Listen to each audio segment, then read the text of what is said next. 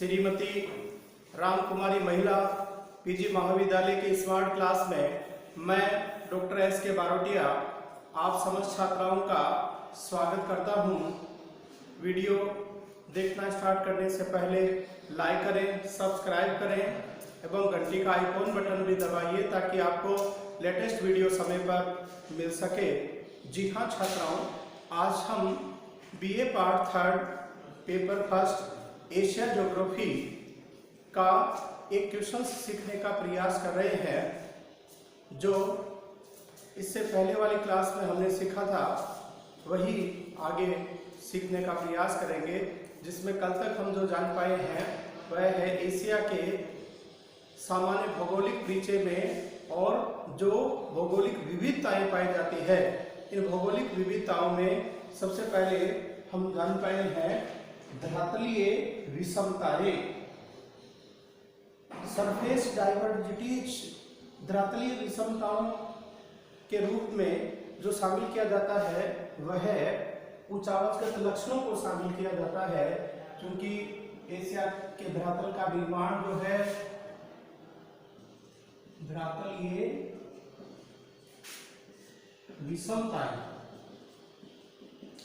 जी हाँ, एशिया के धरातल का निर्माण जो है ट्रेसेरी युग से पहले की शैलें आर्कियन शैलों से, इसके साथ साथ ट्रेसेरी शैलों से और फिर इसके बाद में जो है नवीन युग के शैलों से इसके धरातल का निर्माण हुआ है। परिणाम स्वरूप जो है यहाँ धरातलीय विषमताएं मिलना स्वाभाविक है।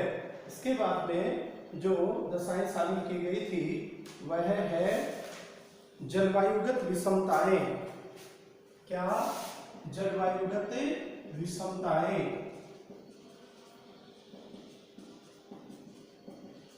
जी हाँ, इसमें हमने जानने का प्रयास किया कि एशिया के धरातल पर पर्याप्त जलवायुगत विषमताएं देखने को मिल पाती है।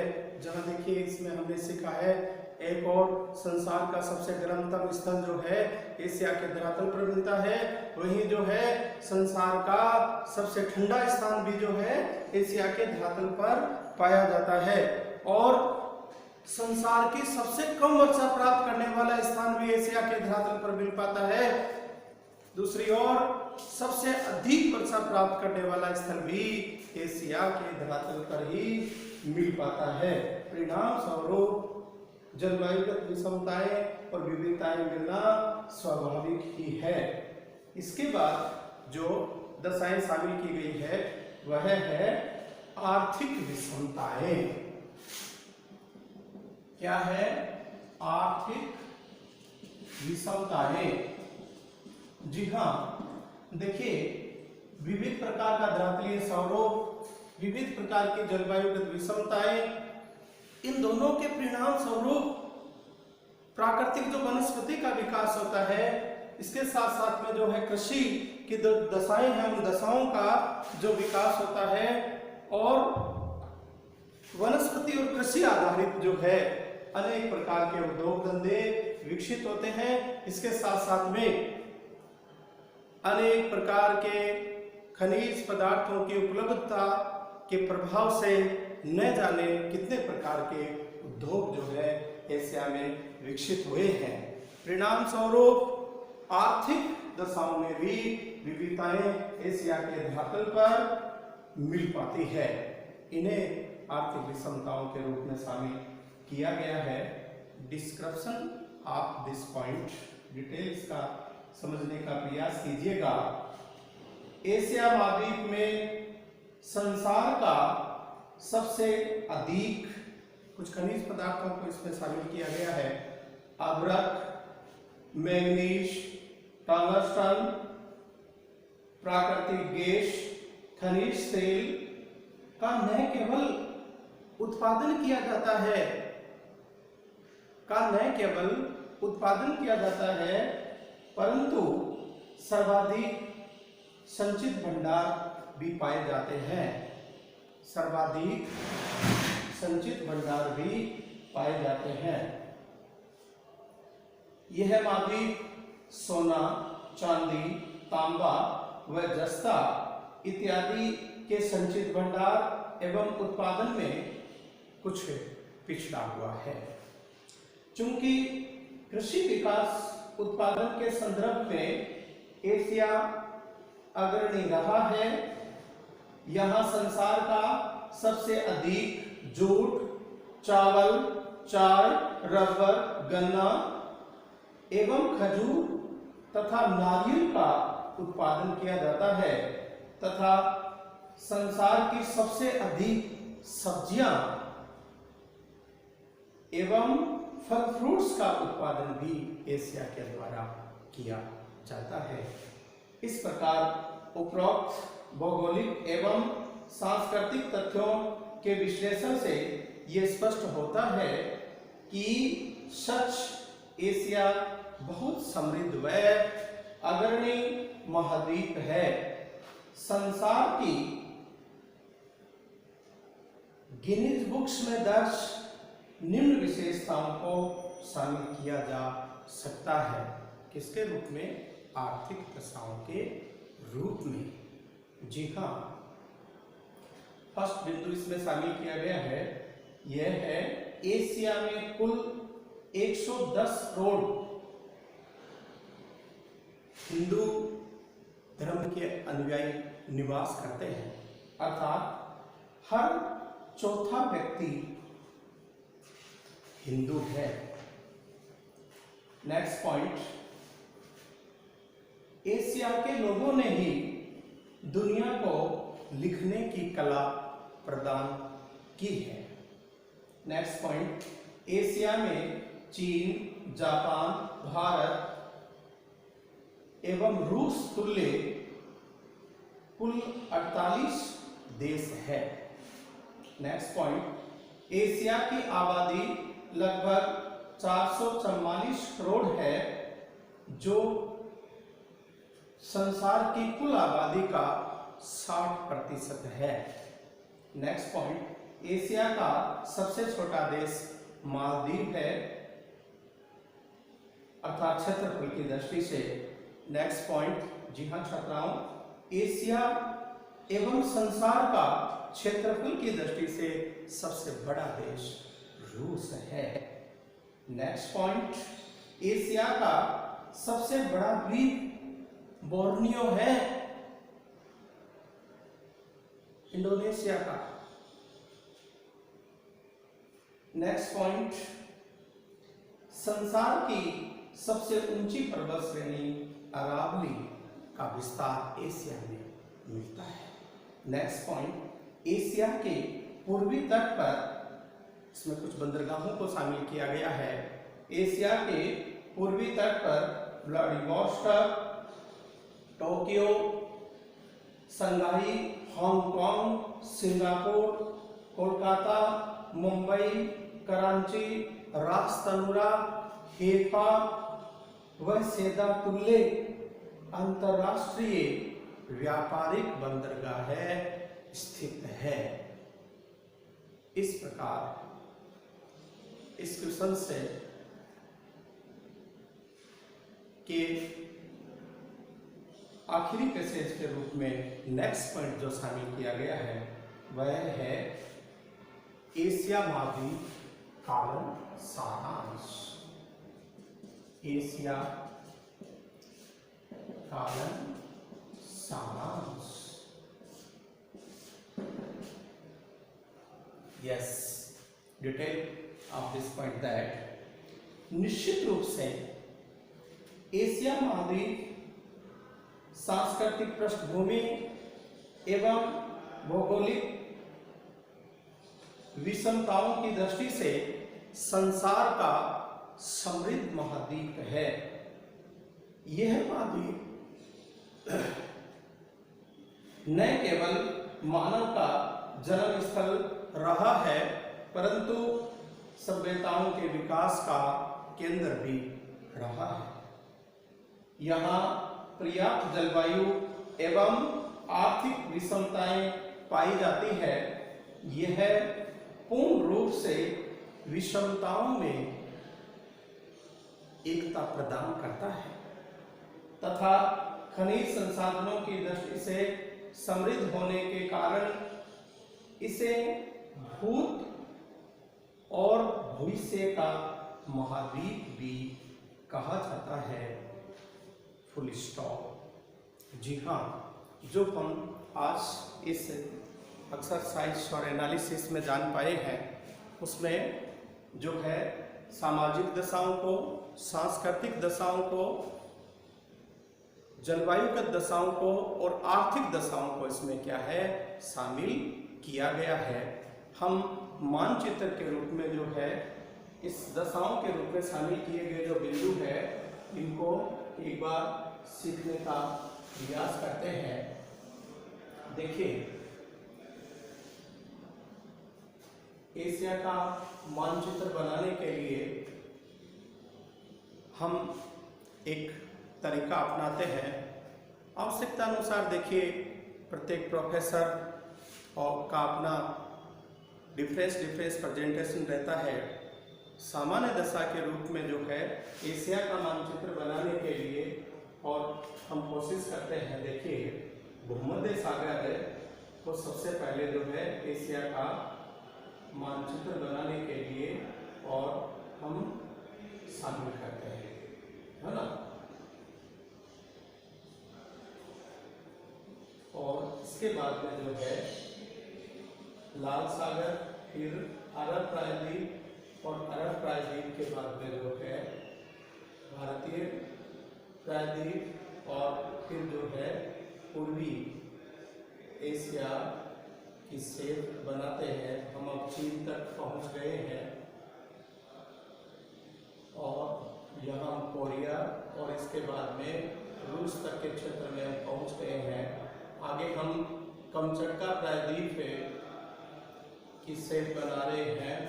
यहाँ की शेप बनाने के लिए देखिए सुविधा यह रहेगी कि आप कैस्पियन सागर बनाइएगा और कैस्पियन सागर से अंतर्राष्ट्रीय सीमा को बनाते हुए और एशिया व यूरोप की सीमा को हम बना सकते हैं। इसमें देखिए जो मुख्य द्वीप है इनको भी हम शामिल कर लेते हैं। जापान को देखिए हमने एक द्वीप के रूप में शामिल किया है। इस प्रकार अब हम आगे जो है महासागरों की शेप में शेडिंग प्रदान कर रहे हैं और शेडिंग के बाद में संबंधित महासागर और सीमाओं को जानने का प्रयास करेंगे। देखिए छात्राओं, ये कुछ आंतरिक एशिया के धरातल पर झीलें हैं। अब हम जो है इसके जो सीमावर्ती धरातलीय जो दशाएं हैं उनको इस मैप में सीखने का प्रयास कर रहे हैं।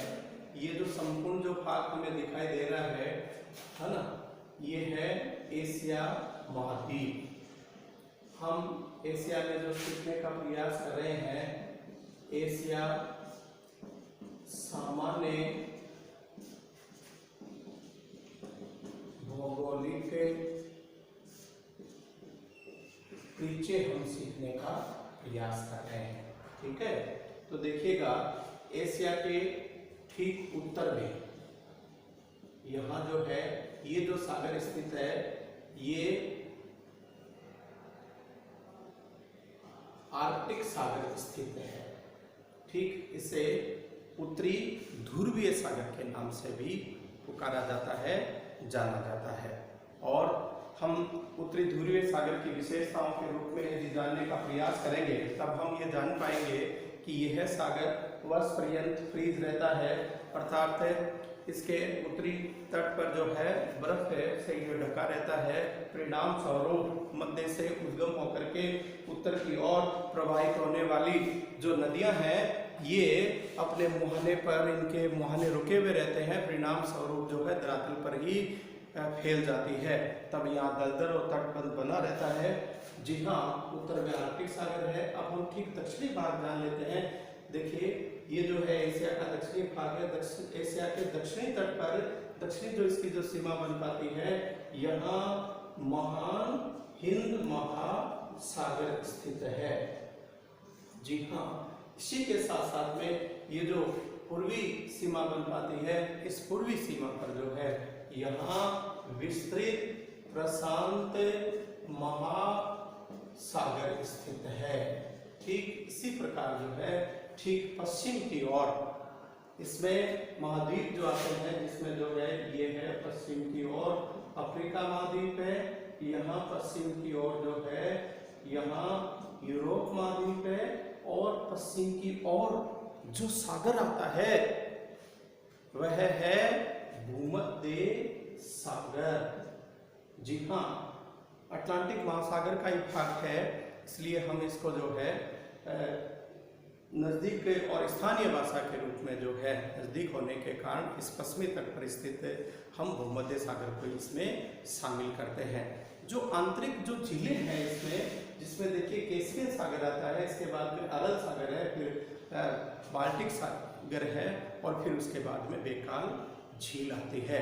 परिणाम स्वरूप देखिए एशिया के धरातल पर ये पाई जाने वाली समस्त प्रकार की जो भौगोलिक दशाएं हैं, इन दशाओं से और इसकी उत्तरी सीमा, इसकी दक्षिणी सीमा और इसकी जो है पश्चिमी सीमा और इसकी पूर्वी सीमा का क्या है निर्धारण होता है।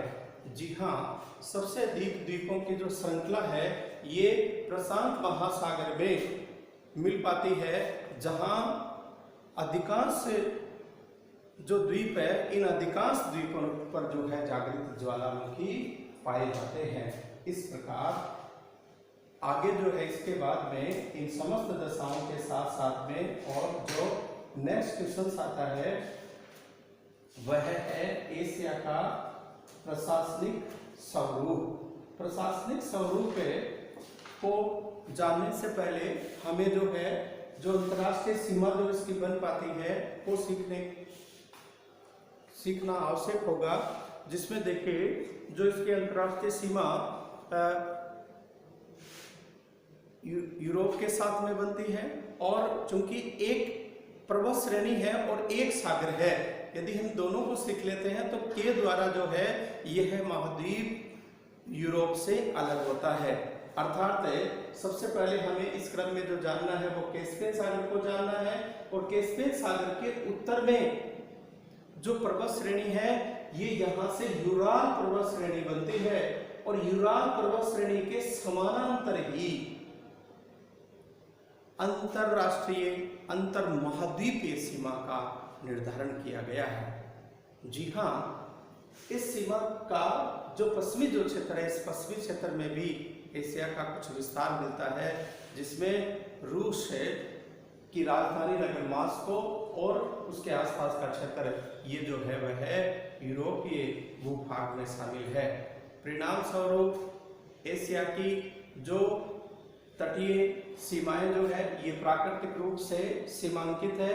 इसके साथ साथ में क्षेत्रफल की अधिकता होने के प्रभाव से इसमें विभिन्न प्रकार की भिन्नताएं मिलना स्वाभाविक ही है, क्योंकि इसका धरातल जो है ये कालांतर में बनी हुई कौन सी सेलें, आर्कियन सेलें, कालांतर में बनी हुई आर्कियन सेलों से लेकर के और ये है जो है नवीनतम सेलों तक है इसका धरातल, इसके धरातल पर सेलें मिल पाती है। परिणाम स्वरूप जो है विविधताओं के रूप में धरातलीय स्वरूप, इसके बाद में जो है इसमें आर्थिक दशाएं और जलवायुगत दशाओं को शामिल किया गया है। जी हाँ, अब हम नेक्स्ट क्वेश्चंस को सीखने का प्रयास करेंगे। अब क्वेश्चन से लिखिएगा, एशिया को राजनीतिक इकाइयों में विभक्त कीजिए। नेक्स्ट अपना क्वेश्चन है, एशिया को राजनीतिक इकाइयों में विभक्त कीजिए।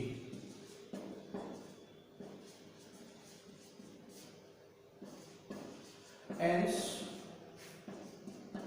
फर्स्ट पॉइंट के रूप में इसका हम एंस जो है शामिल करते हैं।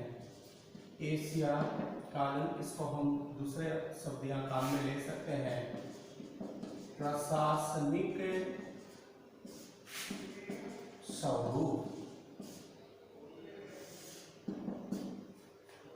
जी हाँ छात्राओं, यह क्वेश्चन से कई एग्जामिनेशंस में जो है यूनिवर्सिटी के द्वारा ऑर्गेनाइज एग्जामिनेशंस में भी पूछा गया है।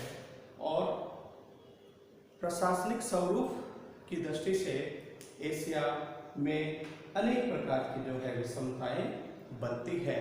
इसका एक पैसेज के रूप में डिटेल जानने का प्रयास कीजिएगा। वस्तुतः एशिया का भौतिक विस्तार, भौगोलिक, जलवायुगत व आर्थिक विषमताएं, सांस्कृतिक एवं ऐतिहासिक पृष्ठभूमि तथा उग्र व जागृत राजनीतिक मंच इत्यादि दशाओं के आधार पर प्रोफेसर इष्ट तथा प्रोफेसर स्पेट महोदय ने एशिया को अनेक महाद्वीपों का महाद्वीप की संज्ञा प्रदान की है। अनेक महाद्वीपों का महाद्वीप की संज्ञा प्रदान की है। चूंकि डॉक्टर मामोरिया एवं डॉक्टर KML अग्रवाल ने अपनी रचना ज्योग्राफी ऑफ एशिया, प्रकाशन आगरा, नवीन संस्करण जून 2019 से की पृष्ठ संख्या 113 में एशिया महाद्वीप को भौगोलिक स्थिति के आधार पर निम्न 2 वर्गों में विभक्त करके प्रस्तुत किया है। प्रशासनिक और विशेषताओं की दृष्टि से निम्न 2 वर्गों में विभक्त करके प्रस्तुत किया है, जो है प्रथम वर्ग और फिर है द्वितीय वर्ग।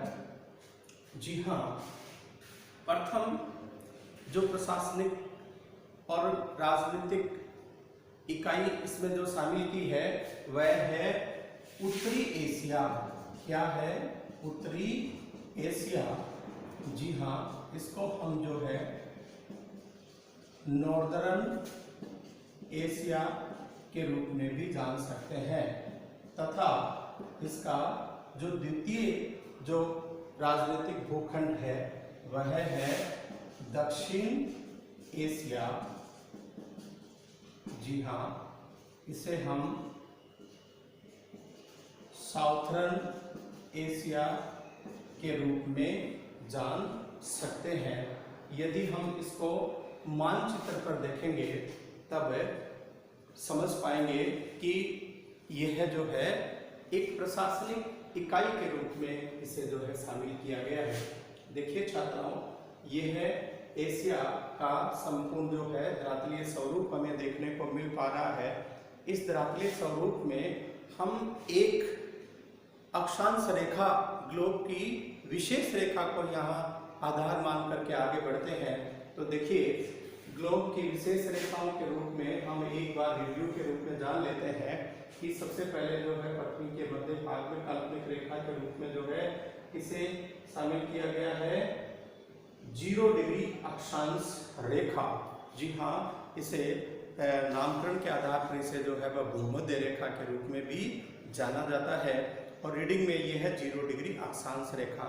इसके बाद में जो है कुछ विशेष जैसे जैसे गोलाकार आकृति बनती है उसके अनुसार विशेष रेखाओं का जो निर्धारण किया गया है, हम इसमें पहले रीडिंग को जान लेते हैं 23.5 डिग्री उत्तरी अक्षांश, फिर इसके बाद में 66.5 डिग्री उत्तरी अक्षांश और 90 डिग्री उत्तरी अक्षांश। इसी प्रकार जो है दक्षिणी गोलार्ध में भी 23.5 डिग्री दक्षिणी अक्षांश, 66.5 डिग्री दक्षिणी अक्षांश और 90 डिग्री दक्षिणी अक्षांश। अब हमें क्या है, इन रेखाओं के स्थानीय नामकरण को जानना है। जी हाँ, 0 डिग्री को भूमध्य रेखा के रूप में जाना जाता है इसी प्रकार 23.5 डिग्री उत्तरी अक्षांश जो रेखा है का जो नामकरण इसका जो रखा गया है वह है करक रेखा। क्या? करक रेखा या करक वृत्त। जी हाँ, इसी प्रकार जो है दक्षिण जो 23.5 डिग्री दक्षिणी अक्षांश रेखा आती है ये है मकर रेखा। ठीक। और 4.5 डिग्री उत्तरी अक्षांश रेखा जो आती है ये है उत्तरी ध्रुवीय वृत्त। ध्रुवीय वृत्त। और ये जो है 4.5 डिग्री दक्षिणी अक्षांश रेखा है ये है दक्षिणी ध्रुवीय वृत्त। जी हाँ, आगे बढ़िएगा। इनमें से जो 23.5 डिग्री उत्तरी अक्षांश रेखा है जो करक रेखा है यह एशिया के लगभग मध्य से गुजरती है। अर्थात एक बार हम इसकी शेप को जो है जानने का प्रयास करते हैं, ये यहाँ से देखिए यूं गुजरती है ना। यदि हम भारत की स्थिति को भी जाने तो भारत के लगभग ये जो है मध्य से गुजरती है।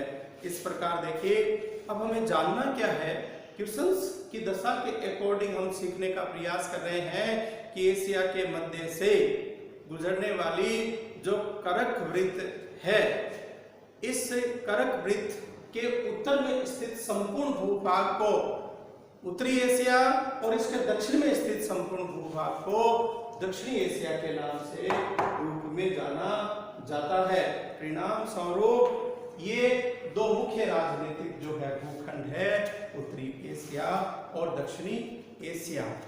जी हाँ छात्राओं, वीडियो को लाइक करें, शेयर करें, सब्सक्राइब करें और हमें इंतजार है आपके कमेंट्स का, जिसके आधार पर हम आवश्यक परिवर्तन कर सकेंगे। धन्यवाद।